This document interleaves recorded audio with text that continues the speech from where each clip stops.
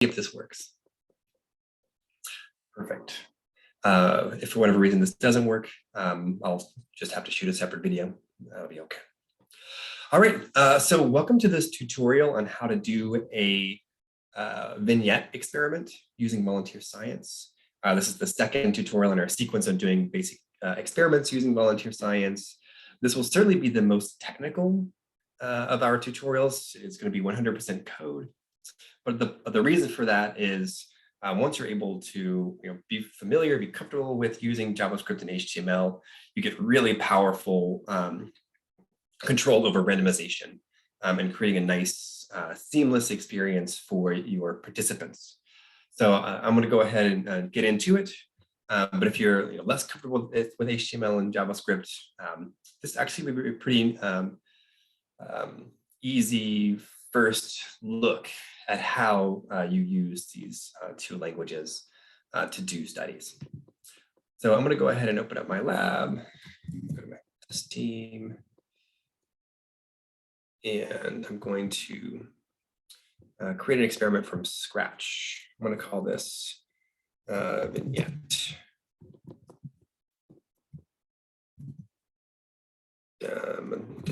Vignette demo. So this is a blank experiment. There are no files, no variables. What I want to do with the vignette is I want to first create sort of the core story. Because once I have the core story in place, then it's much easier to figure out where I need to be injecting in the randomization. So what I'm going to do first is I'm going to create an HTML file. I'm going to just call it main HTML just for convenience. And first thing I'm going to do is I'm going to actually lay out the div elements to where everything's going to go. So the vignette's going to go up top. I use ID. Oh, question on the, here we go. I'm going to call this the vignette ID, and below that, I'm just going to have, just for the sake of the example here, I'm going to create some buttons for people can enter in their responses. So I'm going to call this the response area, the response div.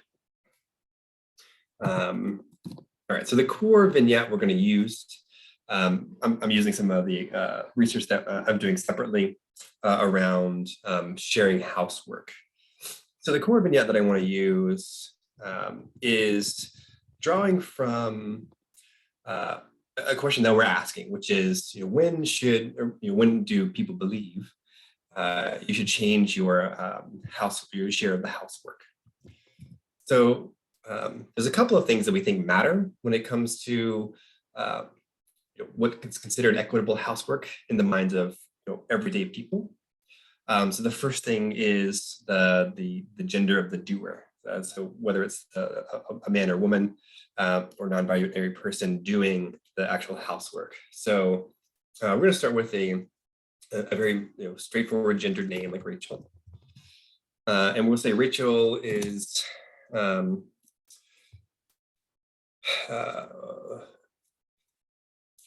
let's add some context. So Rachel is married with 2 children. Oh, I was going to say lives with. Sorry, I already have this written down. I'm just going to go ahead and we'll not beat around the bush here. So I went ahead and have one ready to go. Now, Rachel lives with her spouse. I say lives with their spouse. This makes it a little easier later on to randomize the gender of the name by using a gender neutral pronoun. So I say Rachel or Mark. Rachel lives with their spouse and 2 children. Rachel does all of the cooking and hates it.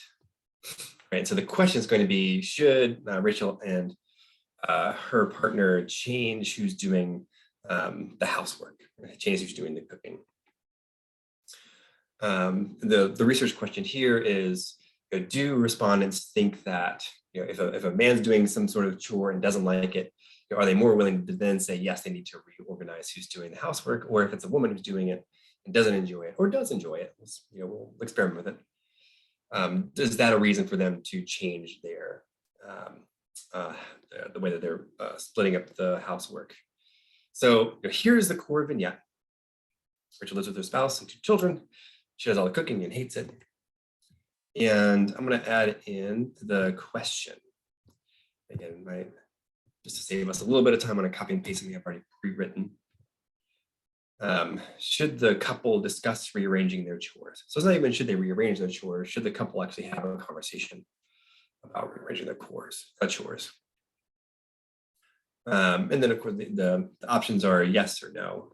And there's a function here where it says choose yes, choose no. I might get into what that function does in just a minute. But for now, what we have is a basic story.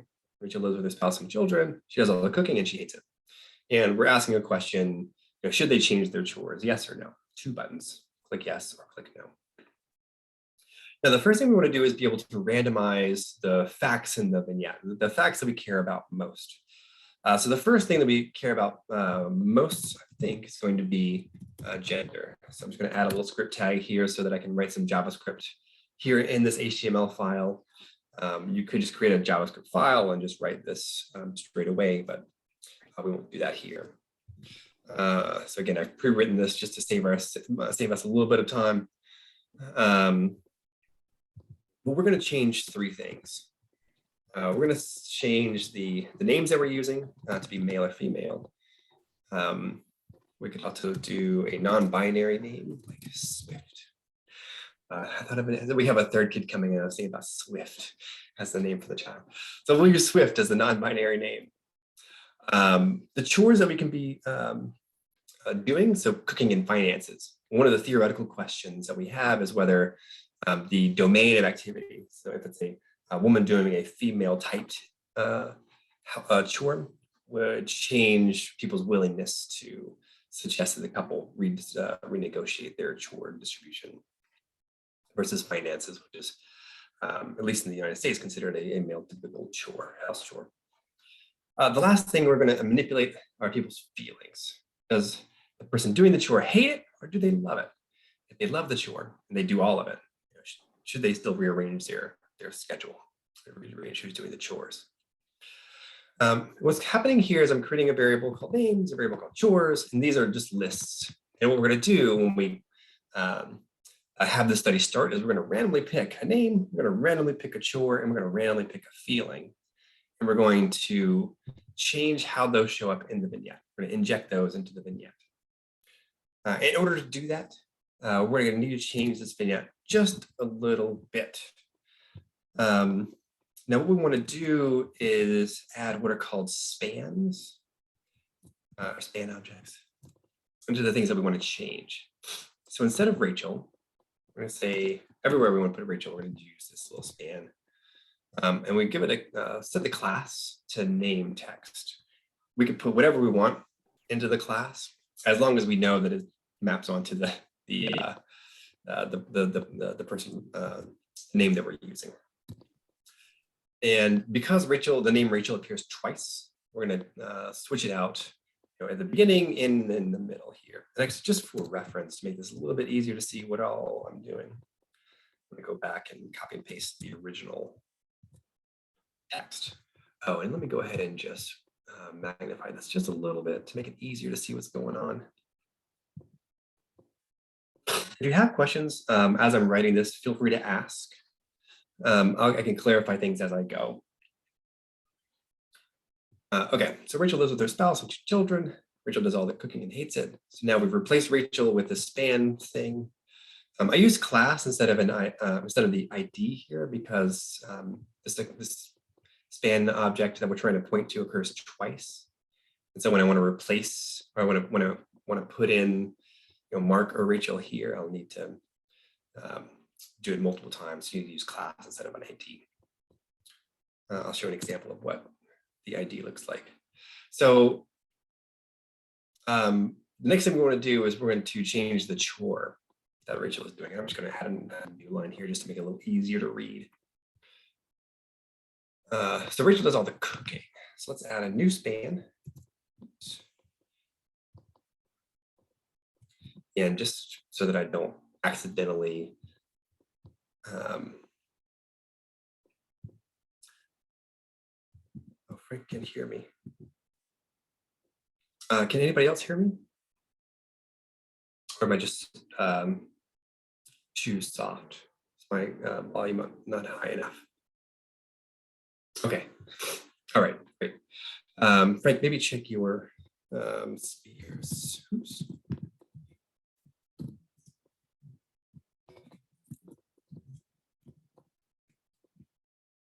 Okay. So just a little typo here. I'm going to add this short text. So there's all the cooking. So instead of saying cooking, I'm just going to have this another new span for chore text. And instead of a class, I'm going to use an ID. In this case, because it's only happening once, I could use class or ID. Choosing ID because it's technically more appropriate, but up to you. So we're switching out cooking and finances, so we need a span for it, and then we're going to switch out feelings. So I'm going to create a new span for the feelings portion here.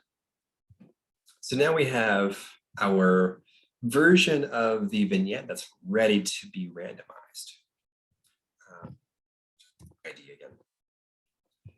And I'm just going to comment this out. If you press Control backslash or the command button and backslash, it'll automatically comment out any lines of code. All right, so when I run this experiment now, if I were to press the play button on this experiment, what's going to happen is you're just going to basically see an empty vignette. It's just going to say blank, lives with their spouse and 2 children, da da da da da. And the reason is we have these variables set up, but what's not happening yet is we're not picking these variables and then injecting the picked response into the text. So that's what we need to do now. I'm going to go ahead and do the initialize function because we want this to happen when it starts. And I'm actually just, to define it as a function. And I'm actually just going to create a utility function for refreshing the vignette. Call it refresh vignette, because when somebody clicks the answer buttons, when they tell us whether the couple should rearrange their chores, I want to go ahead and update the vignette with a new randomized version. So I'll create a separate function called refresh vignette.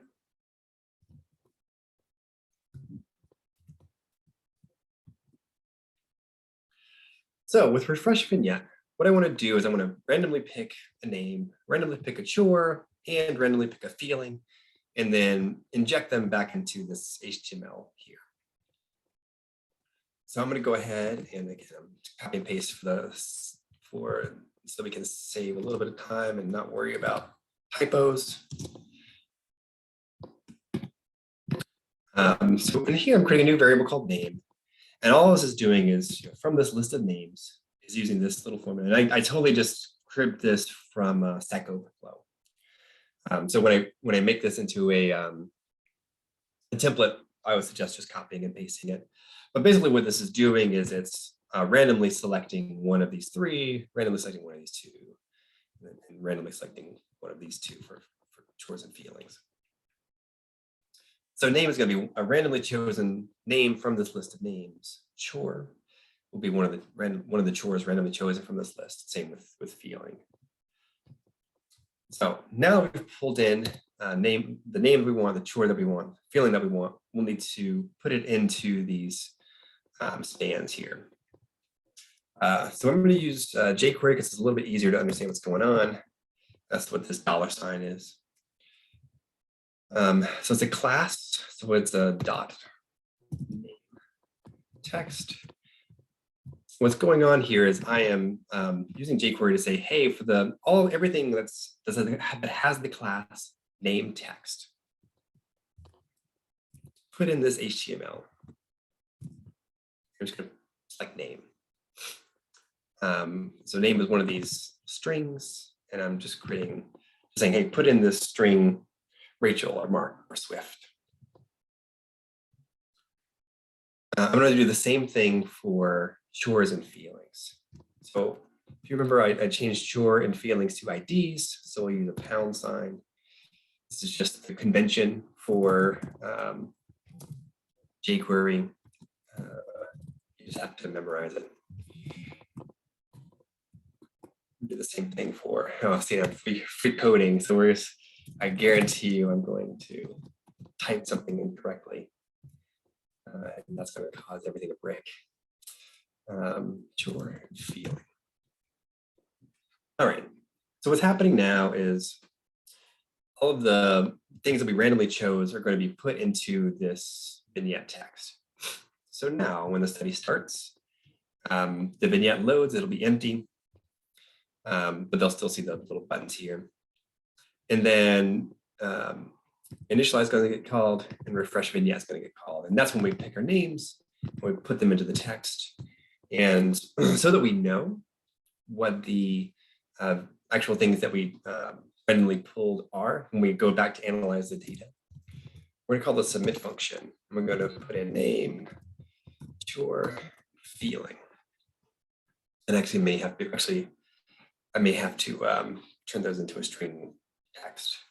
We'll see when we go to test this. But this way we actually figure out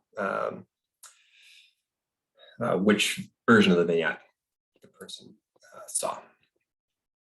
All right, so now what we have is a vignette that when the study starts, it actually is going to randomly pick one of these names, chores, and feelings and inject it into the vignette. And somebody's going to be able to press the yes or no button for this question of should the couple discuss rearranging their chores.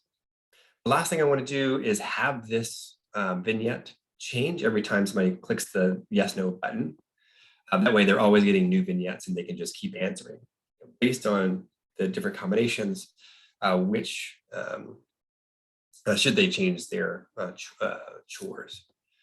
Now, usually when you're doing a vignette experiment, you don't want to have people see all variations of it. Sometimes you do. Sometimes you want people to see all different kinds, in a different order, so that you get more data, per participant. But in this case, I think it would be a nice demonstration for you to see how the vignette is going to change. So I'm going to create a new function. Again, I defined it up here called choose. I'm going to find what that function does.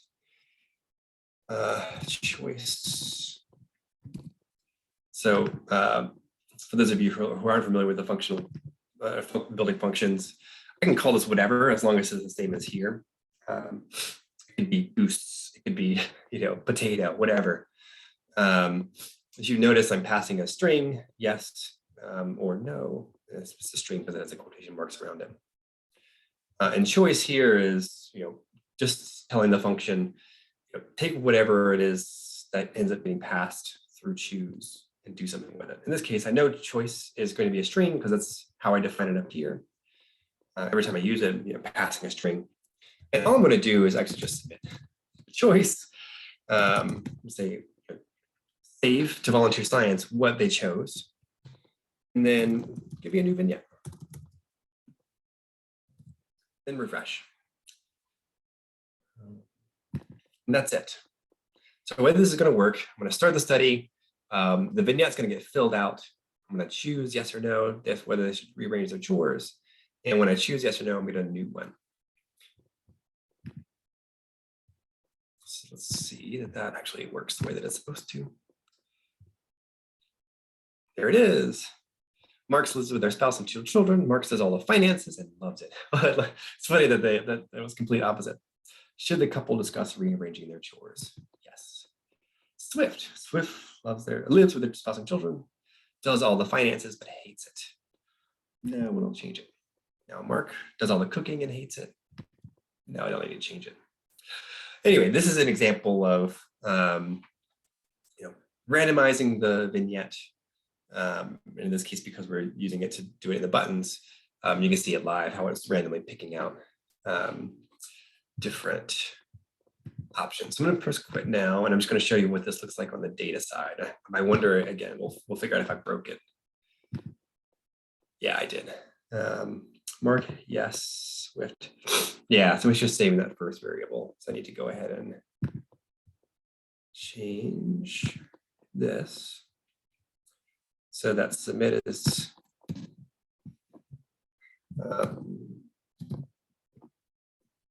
putting them all together.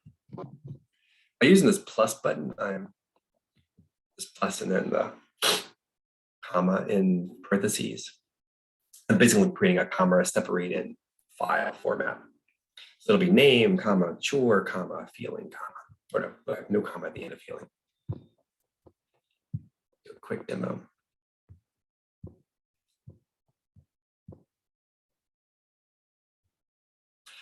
Swift, Rachel, Swift, Mark.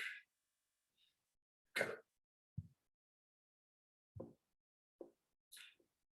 And there are ways to make it so that people can't see the same thing twice. It's a little bit more complicated than I want to go into here, but just wanted to point out that you can do it. All right, so here we go. So now you see Swift finances hates. This is what's getting saved, and you get the person's response. Yes, no, yes, no. I want to pause for questions. If there aren't any, I'll do a quick demo of how you change this through variables. So let me pause for a second for questions. Anybody have questions about this study?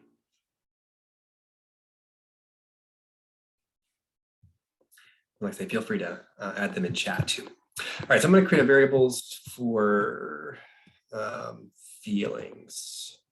No, let me see. Oh, chores. So chores to choose from. The value is going to be, let's see. So cooking, we want to study cooking. We want to do, household maintenance. And one other thing. Planning meals. And I'm going to actually remove the space here just to make it a little bit cleaner. So I've created a variable here. As if you were here last week for the other demonstration, you'll know what the role of these variables are. This allows you to affect who sees what chores on the participant side without having to recode your study. So because we're creating a variable called chores, what we want to do is I always like to, even if I have a variable, set like a default version. So if I screw that up or I forget to set it or something, I still always have it. What I'm going to do here is I'm going to set,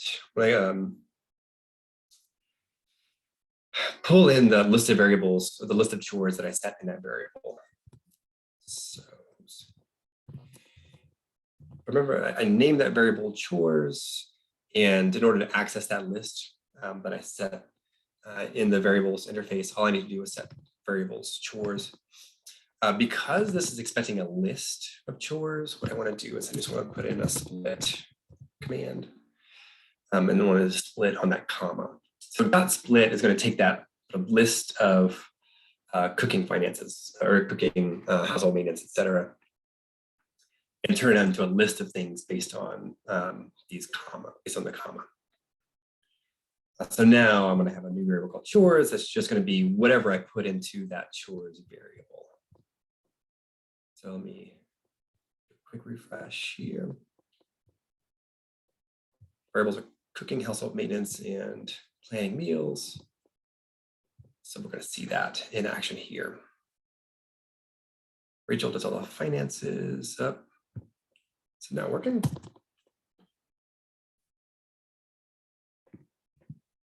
Cooking finances. Oh, for some reason it's not actually pulling in. All right, the dangers of live coding. I wonder if I didn't call it chores.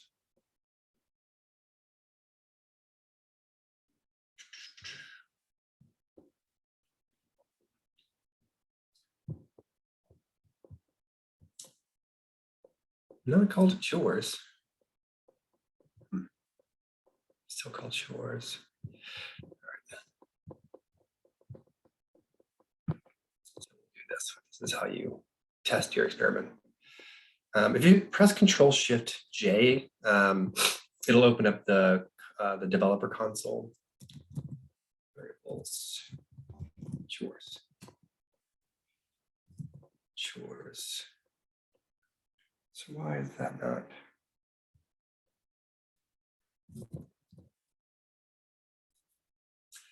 That's interesting. So I have it set up correctly, variables chores, but for whatever reason, chores is not getting updated.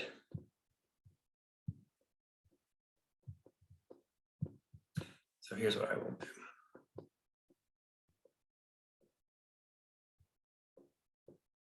I'm gonna comment that out. And now it has to work.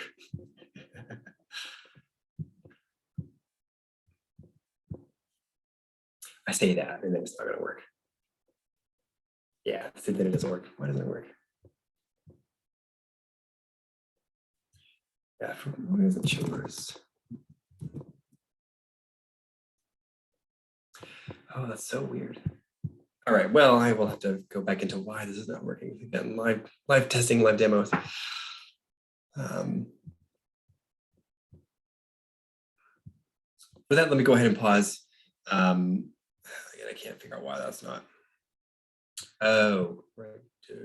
No, still should work. All right, because it's 12:30, I want to go ahead and stop there. I will get this to work properly for the actual template. But for now, are there any questions before we wrap it up? Great. One thing I wanted to go ahead and note is that if you have specific questions about a study that you're doing, or just want to talk to me about how the system works, or need more information directly from me, I'm actually going to put in my Calendly link. We can set up a 20-minute meeting to talk about whatever it is that you want to ask me about volunteer science or how to do research. It's a great way to get quick help or quick advice on a study you have planned. So I'm putting that in the chat here in Zoom. Let me go ahead and stop the recording too, since this won't be necessary. All right.